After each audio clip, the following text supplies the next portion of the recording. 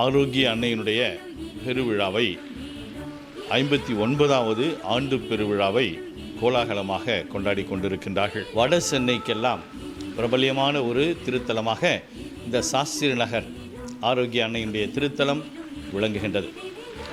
இந்த விழாவிற்கு இந்த பகுதி வாழ் மக்கள் மட்டுமல்ல, பக்கத்தில் இருக்கக்கூடிய அனைத்து பங்குகளிலிருந்தும் மக்கள் ஏராளமாக அன்னையை தரிசிப்பதற்காகவும் அன்னையினுடைய வல்லமையுள்ள பரிந்துரையால் இறை ஆசிரை பெற்று மகிழ்வதற்காகவும் இங்கே இந்த 9 நாட்கள் சிறப்பாக வந்து அன்னையின் ஆசிரை பெற்று செல்கின்றார்கள்.